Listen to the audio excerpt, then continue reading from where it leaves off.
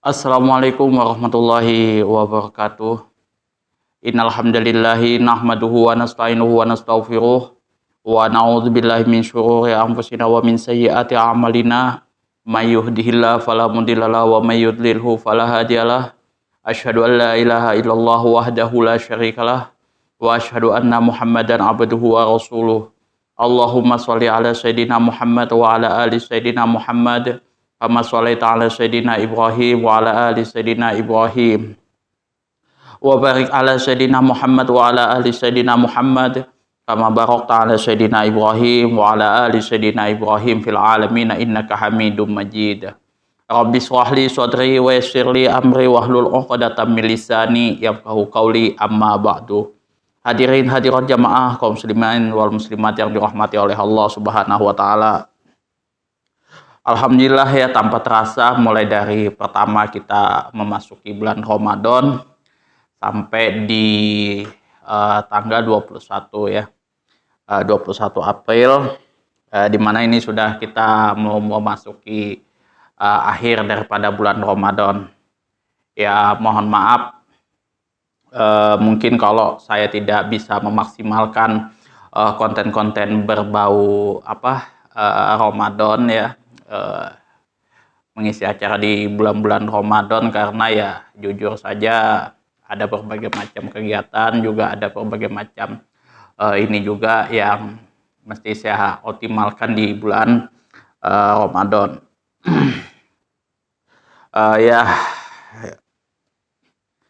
mudah-mudahan teman-teman ya bisa memaklumi lah. Saya juga mendoakan teman-teman supaya amal ibadahnya seluruh segala macam aktivitasnya bisa berjalan dengan lancar, bisa nggak ada kendala lah kayak gitu kan.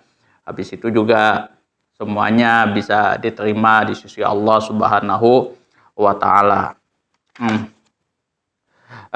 Kali ini kita akan membahas tentang hadis ini ada 317.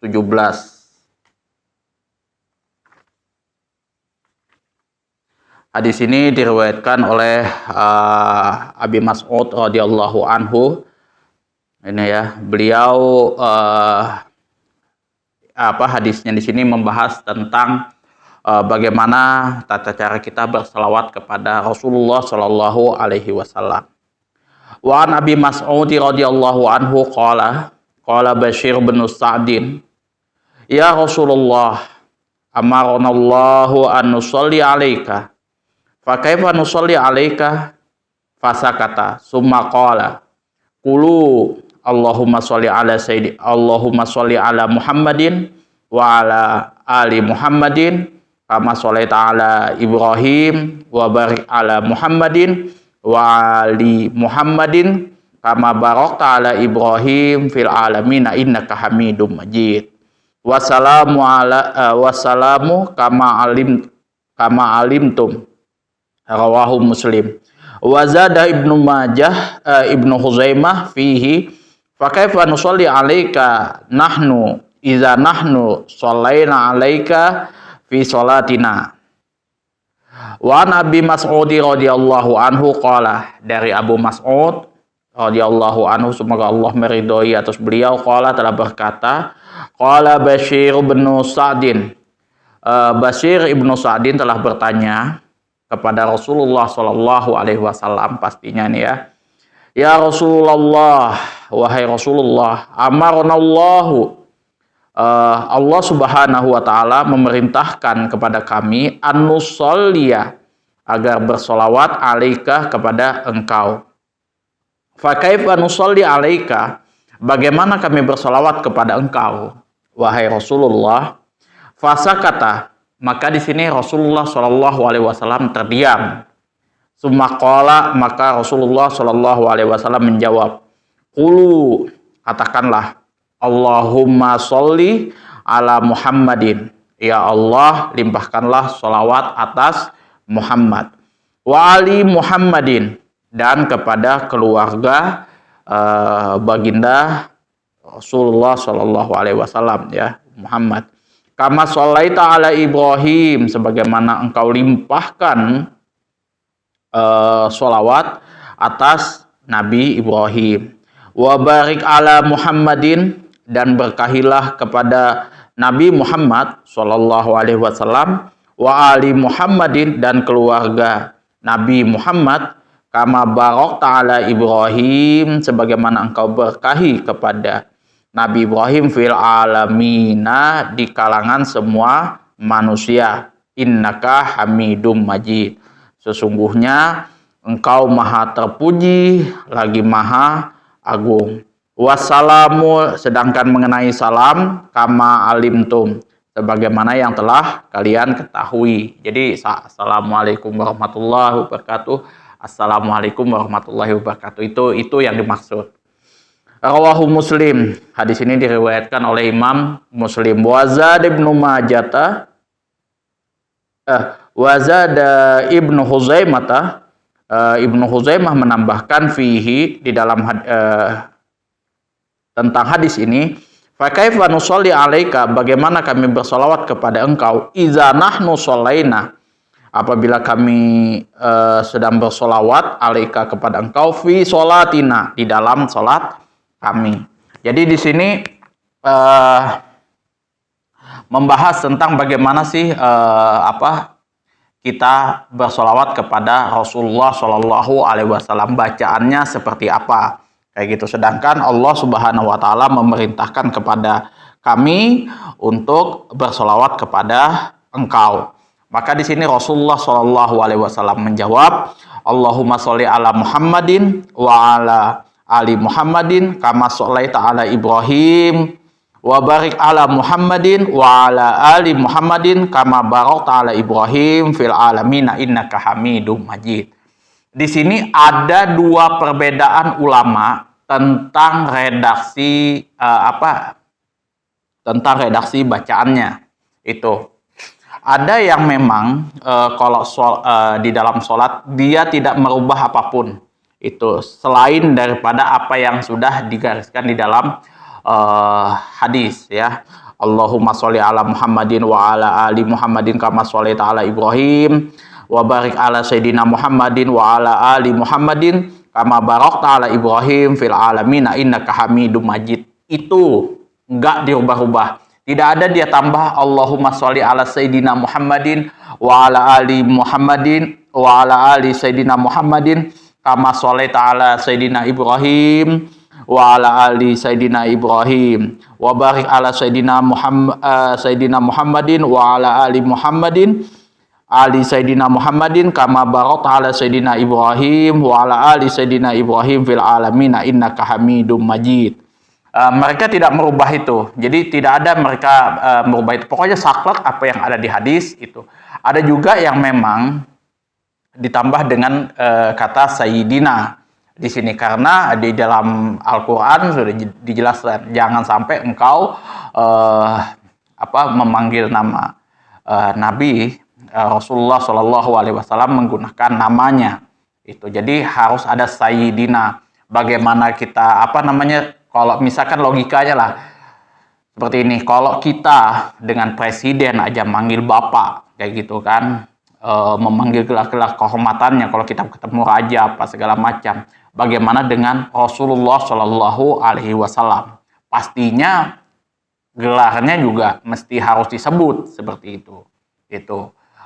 Baik itu di dalam sholat ataupun di luar daripada sholat. Nah, adapun yang tidak menggunakan Sayyidina, memang sudah pakemnya seperti itu. Itu apa yang Rasulullah ajarkan, terutama ini yang membahas masalah sholat, itu ya sudah seperti ini, sudah nggak berani mereka mengotak-atik itu. Kalau toh pun memang karena kita nggak ada adab, takut nggak ada adab, bagaimana mungkin Rasulullah Shallallahu Alaihi Wasallam mengajarkan kepada sahabatnya kepada sahabat dan generasi setelahnya untuk tidak mempunyai adab? Itu nggak mungkin itu, karena Rasulullah Shallallahu Alaihi Wasallam diutus ke muka bumi ini untuk menyempurnakan akhlak, liutamima makarimal akhlak. Jadi kalau memang seperti itu, ya apa yang Rasulullah ajarkan ya itulah yang mereka amalkan. Saklek seperti itu. Itu mau itu nanti anggapan orang oh itu tidak beradab, mereka nggak peduli kayak gitu kan, karena ya Rasulullah nggak mungkin mengajarkan umatnya, sahabatnya untuk membangkang kepada beliau, tidak beradab kepada beliau, itu tidak mungkin. Itu pandangan ulama yang berpatokan dengan hadis ini tanpa menambah apapun ya sebelum daripada Muhammad Shallallahu Alaihi Wasallam. Jadi Allahumma sholli ala Muhammad wa ala ali Muhammad kama sholaita ala Ibrahim wa barik ala Muhammad wa ala ali Muhammad kama barakta ala Ibrahim fil alamin innaka Hamidum Majid. Ya, kedua-duanya punya dalil masing-masing. Ada yang saklek sesuai daripada apa yang diperintahkan oleh Rasulullah Shallallahu Alaihi Wasallam, mereka tidak tawil. Ada juga yang mereka masih mentakwil dengan ayat atau hadis-hadis yang lain. Itu sudah ada di zaman sahabat Rasulullah Shallallahu Alaihi Wasallam pembahasan seperti itu ya, perbedaan pandangan seperti itu. Jadi nggak usah diperdebatkan. Tapi kalau saya itu jujur lebih senang itu perbedaan-perbedaan itu untuk menambah wawasan lagi kayak gitu kan, seperti itu. Imam Syafi'i seperti apa kan, kalau saya di Madura itu sudah meskipun nggak hatam banget kayak gitu kan, tapi semua mazhab Syafi'i pengen juga saya belajar tentang mazhab Maliki, Hambali, Hanafi dan lain sebagainya seperti itu, supaya wawasan kita tambah luas, dan kita pun kalau misalkan melihat orang yang berbeda amalan dengan kita tidak kaget seperti itu. Jadi intinya ya kita mesti tanyakan kepada mereka dalilnya seperti apa, pandangannya seperti apa, sedetail-detail mungkin sama Ustadz Antum kayak gitu ya. Kemudian makna keseluruhannya di sini disebutkan wajib membaca sholawat kepada Nabi Shallallahu Alaihi Wasallam dalam tasyahud akhir ya.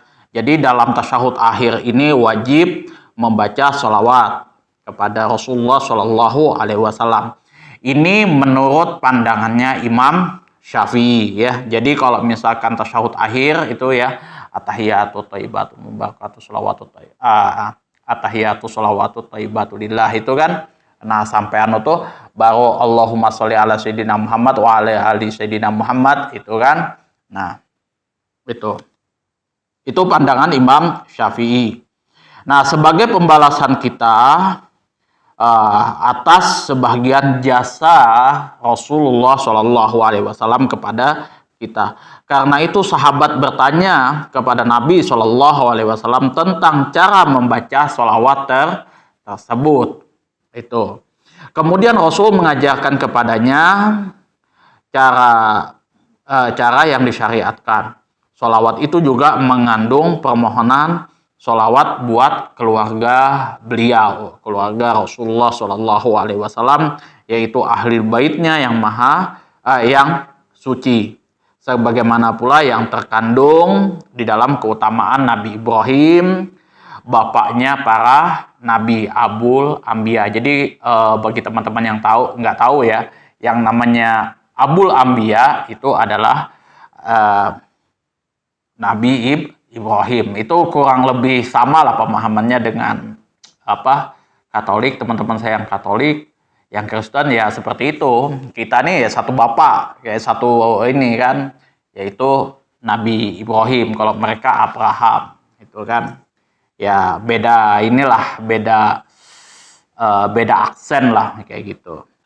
Kemudian analisis lafadznya adalah Bashir ibnu Sa'ad Ibnu Sa'labah al-Ansari al-Khazraji al-Badri, ia ikut berperang dalam perang Uhud dan perang Khandaq serta peperangan sesudahnya, dan gugur di Ta'in Tamar pada tahun 13 Hijriah.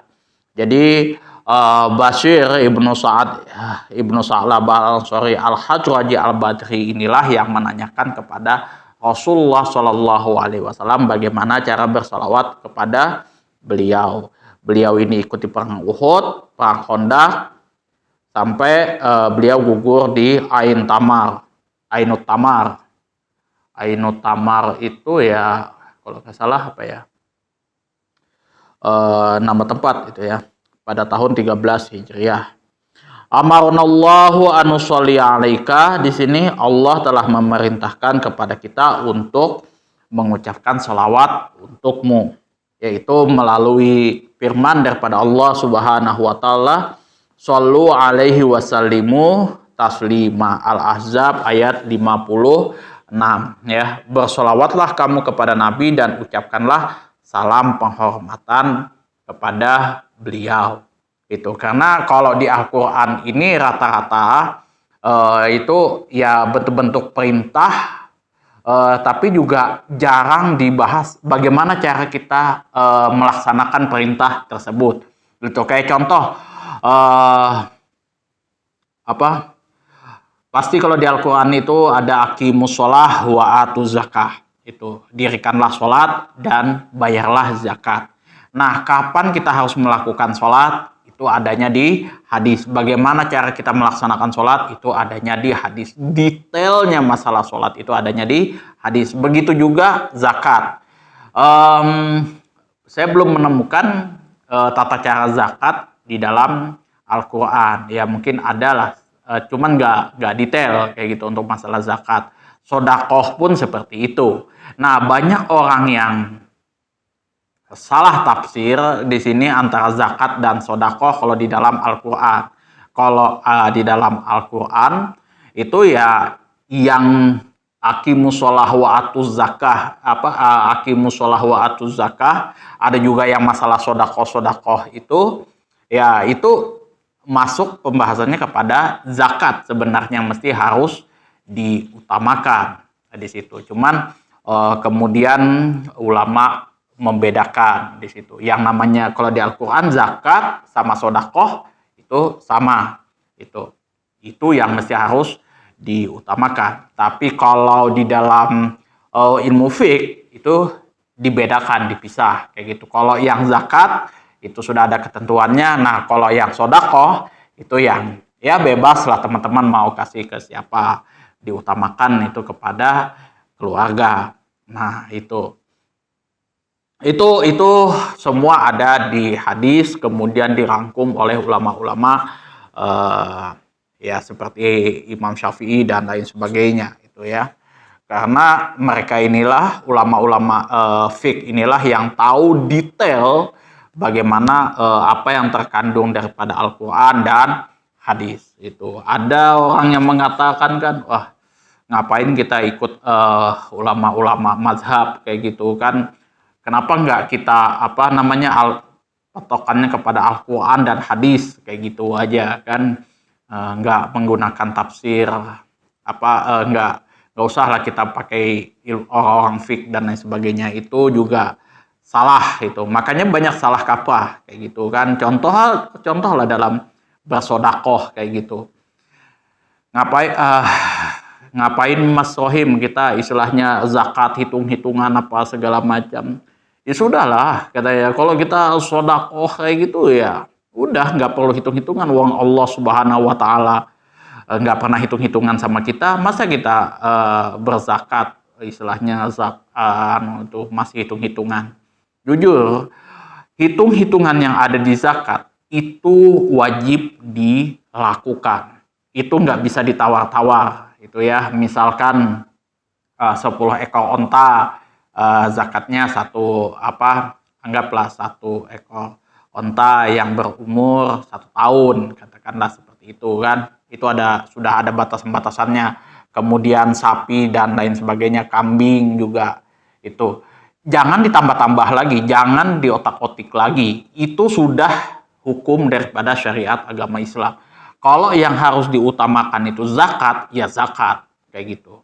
Nah, kalau misalkan sunnahnya ya sodakoh, itu jangan sampai diotak-atik. Apa yang tidak disebutkan oleh Rasulullah Shallallahu Alaihi Wasallam dan juga Al-Quran di situ jangan disebut, itu ya, jangan disebut. Contoh, misal ada yang berceramah seperti ini, kalau kamu pengen hutang melunas, banyak masalah dan lain sebagainya, yuk sodakoh, itu maka Allah akan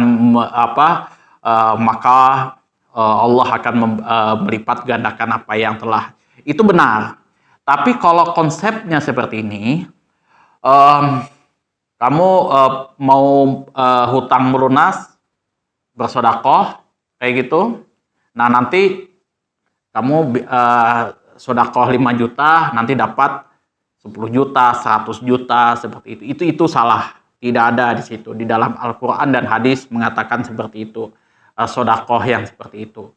Kita ya bersodakoh untuk membantu orang lain, untuk menafkahi keluarga dan lain sebagainya, ibu. Itu yang ring satu kita dulu lah yang diutamakan, supaya jangan sampai kita sekaya-kayanya keluarga kita yang lain kesian tertatih-tatih. Itu malah nggak boleh kayak gitu. Itulah fungsi daripada sodakoh kayak gitu. Entah nanti Allah memberi kita mercy, apalagi melipat gandakan usaha kita bisa tambah lebih lancar lagi, ataupun itu wallahu alam, itu Allah yang tahu itu ganjarannya. Tapi untuk menentukan rumusannya seperti itu nggak bisa. Itu hanya Allah yang tahu. Kalau toh pun kita banyak bersodakoh kepada orang lain, kayak gitu, kita terus bangkrut, usaha kita tutup, ya itu sudah yang terbaik yang diberikan oleh Allah Subhanahu wa Ta'ala. Nggak bisa kita rumuskan seperti halnya apa yang telah disampaikan oleh Ustadz yang baru tenar, itu ya, yang sudah lama tenar itu. Itu saya nggak sepakat itu. Kalau ada pelajaran tentang cara bersodakoh, ilmu bersodakoh, itu mohon maaf, saya ketawa itu kalau mendengar beliau itu ya ilmu tentang sodakoh dan lain sebagainya. Ilmu tentang sodakoh itu ya nggak ada itu ya. Kita ya beri makan anak yatim, kemudian ngasih nafkah istri, ibu dan lain sebagainya, itu bentuk sodakoh semua, itu nggak ada. Yang perlu kita pelajari di situ adalah zakatnya. Jadi kalau kita misalkan punya usaha sekian kayak gitu, nah berapa yang harus kita zakati, itu yang mesti harus kita pelajari. Kalau kita punya hewan ternak dan lain sebagainya, itu mesti harus kita pelajari, karena itu bagian dari syariat yang wajib ya. Kalau yang sunnah sodakoh ya terserah aja. Tapi ingat, sebanyak apapun sodakoh teman-teman tidak bisa menggugurkan kewajiban zakat. Itu zakat mesti harus dibayar kalau sudah jatuh temponya sampai nisabnya. Nah, tapi kalau sodakoh ya di luar daripada itu silahkan. Jadi jangan sampai dibalik ya, karena teman-teman senang bersodakoh apa segala macam, waktu bayar zakat sudah ngaku tiap hari sudah sodakoh, sudah habis-habisan sudah. Itu nggak bisa itu. Jadi sodakoh tidak menggugurkan kewajiban kita dalam berzakat. Fasa kata di sini maknanya adalah maka beliau terdiam sejenak. Menurut riwayat Imam Ahmad dan Muslim ditambahkan, hingga kami berharap seandainya dia Bashir tidak mengajukan perkataan itu kepada Nabi Shallallahu Alaihi Wasallam. Jadi ya Rasulullah terdiam di sini karena Rasulullah juga tidak tahu jawabannya seperti apa kayak gitu. Ya mungkin di sini malaikat Jibril alaihissalam mengajarkan kepada beliau, maka langsung beliau menjawab itu. Kalau Rasulullah Shallallahu Alaihi Wasallam itu gurunya itu Allah Subhanahu Wa Taala langsung itu. Kalau masalah sholat itu yang memberikan perintah langsung, kalau anunya itu malaikat Jibril yang mengajari bagaimana Rasulullah sholat, bagaimana Rasulullah zakat, dan lain sebagainya. Allahumma sholli ala Muhammad. Agungkanlah dia di dunia, meninggikan sebutannya dan menampakkan agamanya serta melestarikan syariatnya, dan di akhirat dengan pahala yang berlimpah kepadanya. Tidak diberi izin untuk memberi syafaat untuk umatnya. Nah, jadi kenapa kita mesti harus mengagungkan Rasulullah Shallallahu Alaihi Wasallam ya? Karena tanpa beliau kita tidak akan kenal yang namanya Al-Quran dan hadis. Kita tidak akan memeluk agama yang hak, ya, agama yang benar. Itu ya, sebagaimana di Al-Quran itu kan bahwasanya barang siapa yang mencari agama selain daripada agama Islam maka dia tertolak. Itu ya. Gitu. Jadi ya kalau kita yang sudah beragama Islam nggak usah ribut-ribut masalah agama orang, gitu ya, nggak usah oh ini sesat, nggak usah kayak gitu ya. Kalau kamu sudah yakin, betul-betul yakin, belajar betul-betul matang, sudah ya sudah, itu orang lain ya orang lain. Itu mengingat manusia tidak mampu mencapai kewajiban yang harus mereka lakukan, maka disyariatkan agar kita memohon hal tersebut kepada Allah. Karena Dia, Allah Subhanahu wa Ta'ala, adalah yang maha mengetahui tentang apa yang layak untuknya dan maha kuasa untuk memberinya.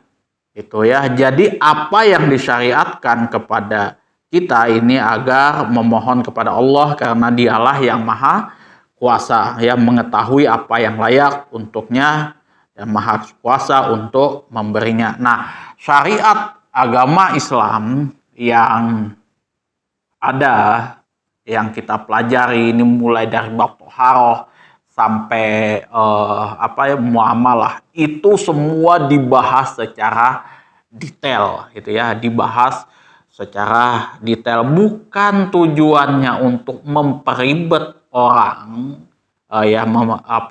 mempersulit orang di dalam mengamalkan agama Islam, tapi memang ya itulah bagian daripada syariat. Itu ada yang memang bisa ditakar menggunakan akal, itu ada yang tidak bisa ditakar menggunakan akal, ya. Jadi kalau yang tidak bisa ditakar menggunakan akal pikiran itu ya contoh sholat, kenapa 5? Kayak gitu kan nggak bisa dicocokologi, itu sudah Allah sudah yang maha mengetahui.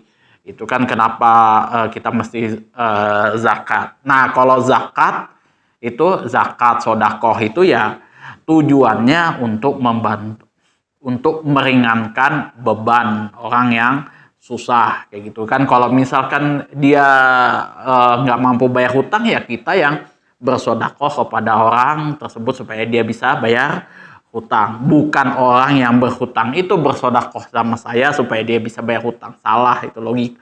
Konsep bersodakoh bukan begitu ya. Konsep bersodakoh zakat bukan seperti itu. Nah, zakat dan sodakoh itu konsepnya ya itu untuk bagaimana jurang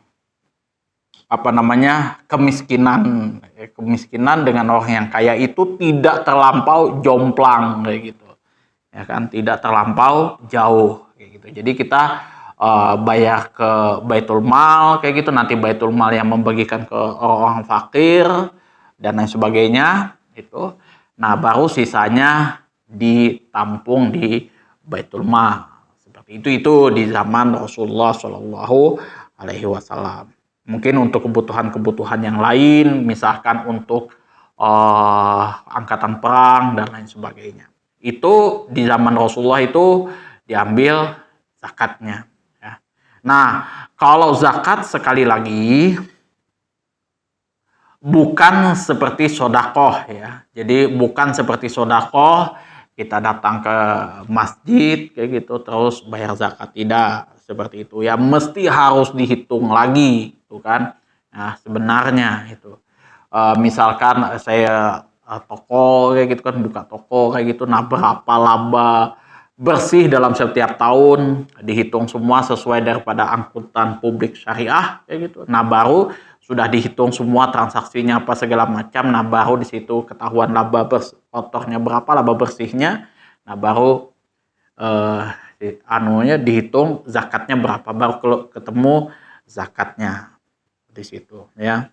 Jadi itu khus di situ artinya ya kita yang ambil, kita yang hitung, bukan kesadaran orang tersebut. Wali Muhammad berbedaan pendapat mengenai pengertian lafadz Ali. Nah, di sini ada perbedaan pendapat mengenai lafadz Ali ya. Wa ala Ali Muhammad gitu ya. Menurut dari segi pandangan kedudukannya pengertian lafadz Ali menurut segi pandangan kedudukannya. Jadi di sini ya. Kalau dalam kedudukan doa, maknanya yang dimaksud ialah ummatul ijabah, yaitu umat Rasulullah Shallallahu Alaihi Wasallam, ummatul ijabah. Nah, jadi kalau misalkan dia pas pada saat kita berdoa, di situ adalah ummatul ijabah ya, umat daripada Rasulullah Shallallahu Alaihi Wasallam. Jadi Ali di sini keluarga Rasulullah ya, kita ini ya keluarga daripada Rasulullah Shallallahu Alaihi Wasallam kalau dalam bentuk doa. Sedangkan dalam bentuk kedudukan sanjungan di sini makna yang dimaksud ialah orang-orang yang bertakwa. Dalam hal zakat dan dalam hal zakat yang dimaksud ini ialah mereka yang haram menerima zakat ya. Jadi ada yang mengatakan orang yang bertakwa dalam hal zakat, dan juga ada juga yang mengatakan yang dimaksud ini adalah orang yang haram menerima zakat ya. Orang yang haram menerima zakat salah satunya adalah keluarga daripada Rasulullah Shallallahu Alaihi Wasallam dalam kalangan ahlul bait itu ya. Kayak misalkan siapa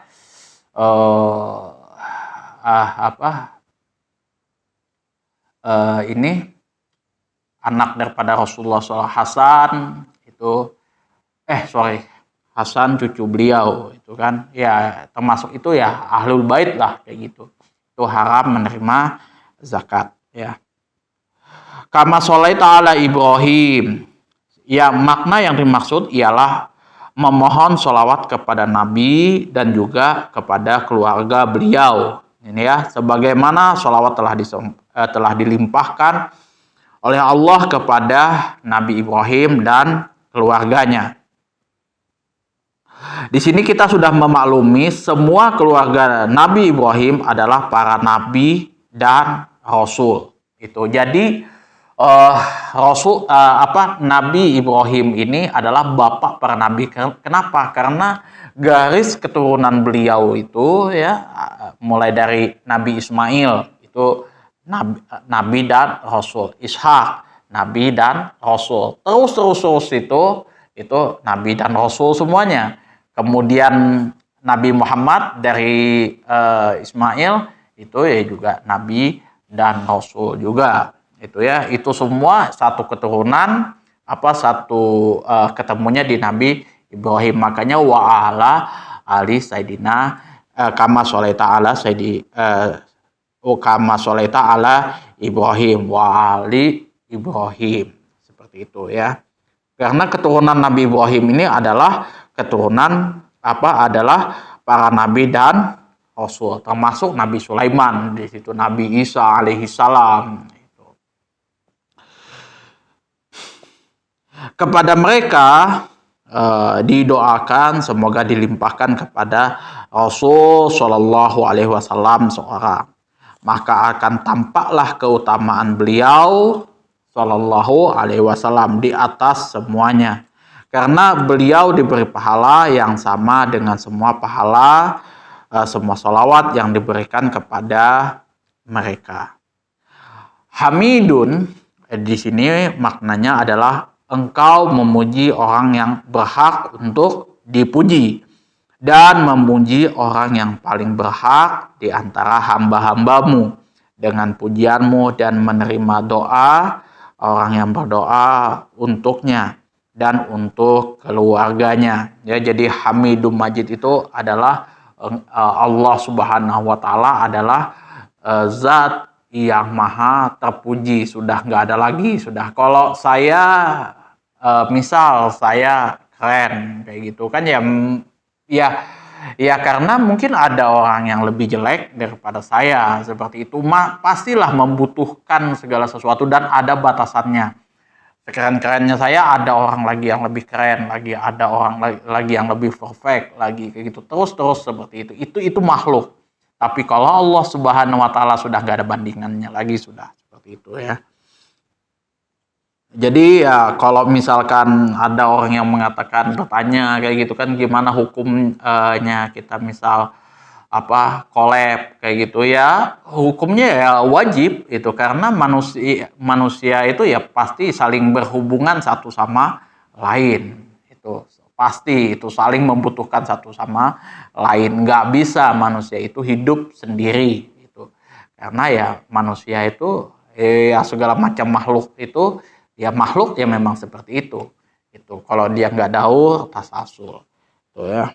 Jadi majidun di sini bentuk mubalaghah ya, lafadz majidun kata sifat bagi Tuhan yang maha agung. Lafadz ini kedudukan sebagai khobar kedua. Yang khobar pertama itu hamidun, yang kedua adalah majidun. Di situ ya. Fikih hadisnya adalah barang siapa yang diperintahkan melakukan sesuatu sedangkan dia masih belum mengerti cara-cara pelaksanaannya, maka orang tersebut harus bertanya kepada ahluz zikir ya, orang yang lebih paham tentang keilmuannya kayak gitu kan. Kalau misalkan saya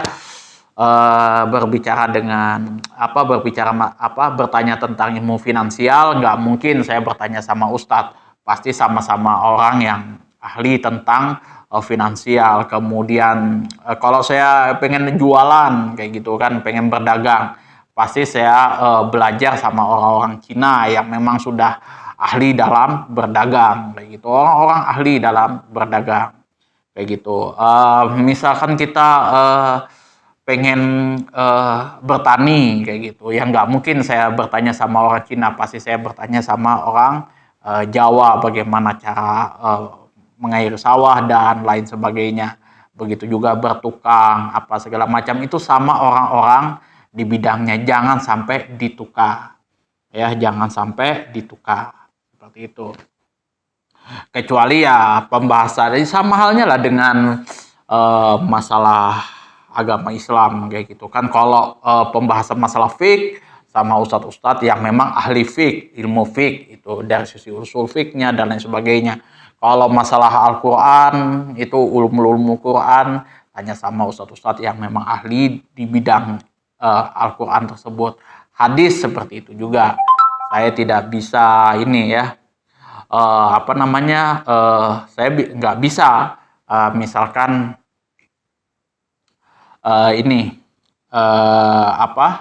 melangkahi daripada empunya, misalkan masalah hadis kayak gitu.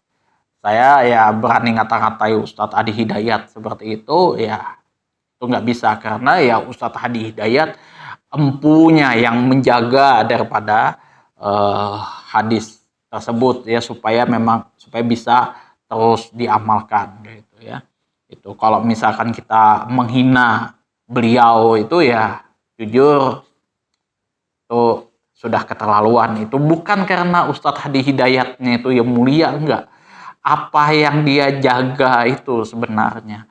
Kalau enggak ada beliau ya, enggak ada Ustadz Hadi Hidayat, enggak ada Ustadz Abdul Somad, enggak ada Ustadz ahli hadis yang lainnya kayak misalkan Dr. Al-Razi dan lain sebagainya, sudah kacau itu sudah.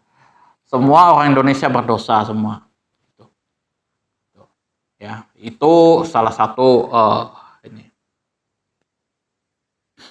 Makanya kita mesti harus bertanya sama ahli, orang ahlinya, empunya ya, daripada ilmu tersebut. Tuh seperti itu ya. Yang kedua, disyariatkan membaca sholawat untuk Nabi SAW dengan syirat kalimat yang tersebut di atas Gitu ya. Kemudian yang ketiga, menerangkan kemuliaan para sahabat, pengertian mereka yang sangat dalam meneliti hukum-hukum agama, itu ya. Perhatian mereka yang sangat teliti lah istilahnya, mendalami tentang hukum-hukum agama. Itu kalau misal Ustadz Hadi Hidayat, Ustadz Abdul Somad ya, Ustadz yang lain-lain masalah hadis itu yang fokus sama hadis, ya memang mereka mendalami bidang-bidang itu, meneliti betul keilmuannya kayak gitu, mempertanggungjawabkan keilmuannya gitu ya. Begitu juga yang Ustadz Syafiq, kemudian Al-Quran dan lain sebagainya seperti itu. Kalau saya jujur aja, kalau untuk Ustadz di 3 bidang ini ya, Al-Quran, fikih, hadis, saya lebih menghormati kalau saya pribadi Ustadz di bidang hadis itu ya. Kalau Al-Quran ya walaupun itu nomor 1 wajib, itu sudah mutawatir, nggak bisa kita, itu sudah nggak bisa dirubah-ubah, itu sudah 1 kali 1 sama dengan 1 kayak gitu ya. Gitu. Tapi kalau hadis itu ya mesti harus kita pepet satu-satu hadis itu, karena ya kita yang orang fik, Ustadz Fik pasti bertanya bisa merumuskan fik itu, ilmu fik itu ya dari hadis, Al-Quran, hadis seperti itu. Tapi ya itu dikombinasikan itu, makanya kalau Imam Syafi'i nggak pernah membahas masalah fik itu, mengomentari masalah perawinya dhaif apa tidak, ini enggak, itu karena bukan bidang beliau, itu bukan bidang beliau. Yang bidang dalam hadis itu salah satunya adalah ulama Imam Ahmad bin Hambal. Di situ kelebihan beliau itu ya. Yang ketiga, menerangkan kemuliaan para sahabat dan perhatian yang keempat, menerangkan kemuliaan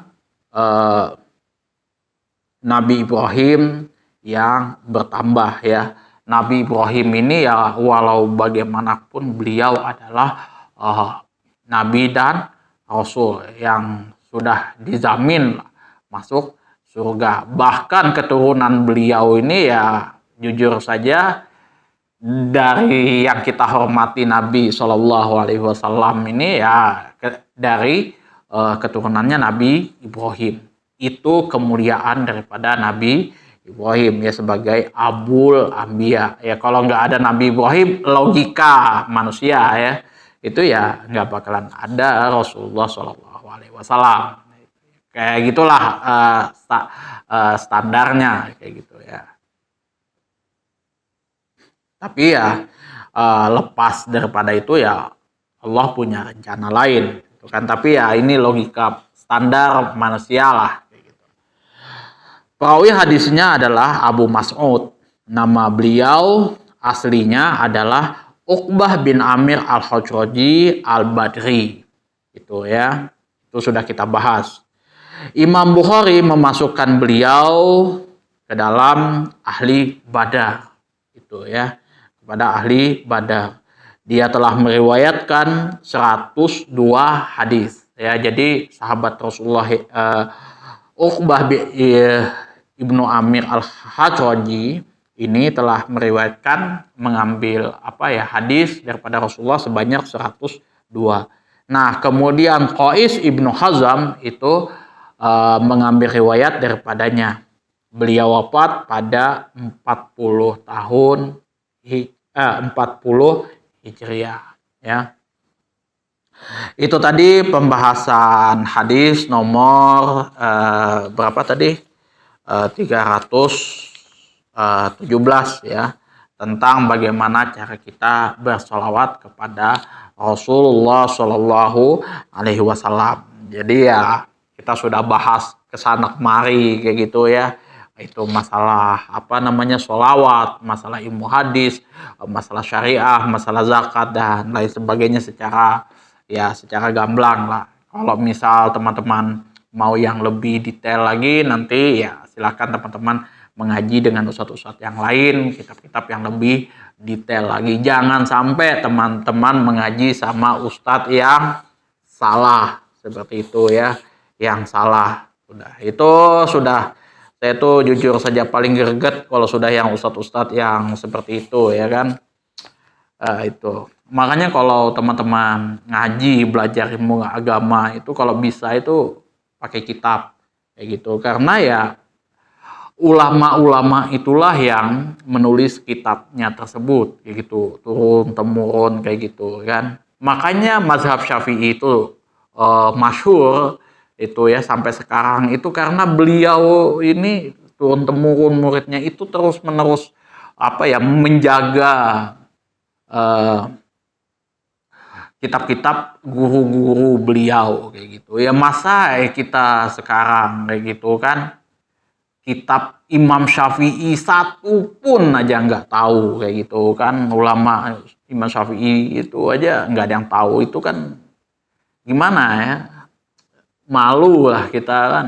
Itu kita contoh lah ngefans sama Judika kan ya, paling tidak ada 3 lagunya Judika yang mesti harus kita tahu, kita hafal di luar kepala. Itu ya sama orang ya, ini apalagi Imam Syafi'i ya kan. Kita kalau ditanya kayak gitu kan, mazhab antum apa Ustaz? Mazhab Syafi'i. Itu kan dengan bangga 100% Syafi'i, 100% Syafi'i. Itu kan nggak ada mazhab-mazhab yang lain. Tapi satu pun kitab mazhab Syafi'i nggak ada ya, nggak ada yang saya pelajari kayak gitu kan. Safinatun Najah kah apa segala macam yang bermazhab Syafi'i nggak ada yang saya kuasai, ya itu bukan bermazhab Syafi'i namanya. Kan itu yang mesti juga harus kita pelajari lah, kita teruskan itu budaya-budaya, kita baca kitab gitu ya.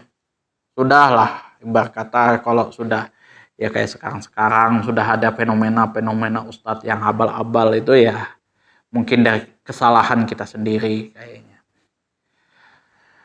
Mungkin ya itu saja yang dapat saya sampaikan, kurang dan lebihnya saya mohon maaf yang sebesar-besarnya apabila ada kata-kata saya yang menyinggung hati teman-teman semuanya atau guru-guru antum semuanya, karena ya kita semua saling mengingatkan. Kalau misalkan saya salah silahkan diingatkan kayak gitu kan, silahkan ditegur apa segala macam.